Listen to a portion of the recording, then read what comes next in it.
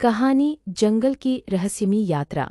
एक बार की बात है, रिया और अर्जुन नाम के दो दोस्त गर्मी की छुट्टियों में अपने दादा दादी के गांव गए। गांव के पास एक घना जंगल था, जिसे सभी लोग रहस्यमयी जंगल कहते थे। गांव के बड़े बूढ़े हमेशा बच्चों को वहां जाने से मना करते थे, लेकिन रिया और अर्जुन को रोमांच बहुत पसंद था। एक दिन वे चुपचाप जंगल की ओर निकल पड़े। जंगल बहुत सुंदर था, चारों ओर हरियाली, पंछियों की आवाज और ठंडी हवा। वे चलते चलते बहुत दूर निकल गए। अचानक उन्हें एक अजीब सी आवाज सुनाई दी। जब वे उस आवाज के पीछे गए तो देखा एक नन्हा हिरन एक झाड़ी में फंसा हुआ था। रिया को दया आई और अर्जुन ने मिलकर झाड़ी से उसे बाहर निकाला। हिरन खुशी से उछल पड़ा और जंगल की ओर भाग गया, लेकिन अब उन्हें रास्ता याद नहीं था। वे डर गए। तभी उसी हिरण ने वापस आकर उन्हें इशारे से एक रास्ता दिखाया। रिया और अर्जुन उसके पीछे पीछे चले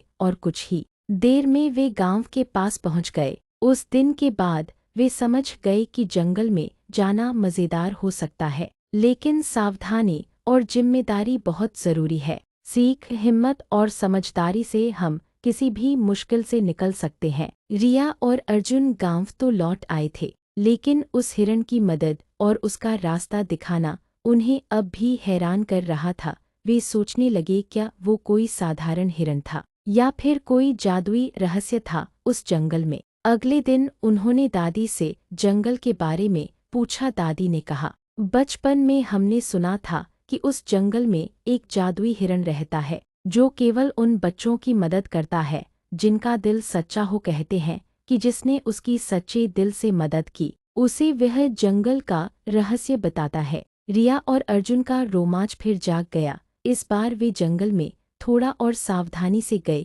कुछ ही दूर चलने के बाद फिर वही हिरण दिखा, लेकिन इस बार वह रुक गया। उनकी तरफ देखा जैसे कुछ कहना चाहता हो। हिरण ने उन्हें एक छोटी सी गुफा की ओर इशारा किया। गुफा के पास एक पत्थर पर कुछ लिखा था, सच्चे दिल वालों के लिए ही ये रास्ता खुलता है। जैसे ही रिया और अर्जुन ने गुफा के पास कदम रखा, वो पत्थर धीरे धीरे खिसक गया और एक रहस्यमयी रास्ता खुल गया। अब आगे क्या होगा? क्या वे उस रहस्य को खोज पाएंगे? गुफा के अंदर क्या है? खजाना, जादू या कोई और चुनौती?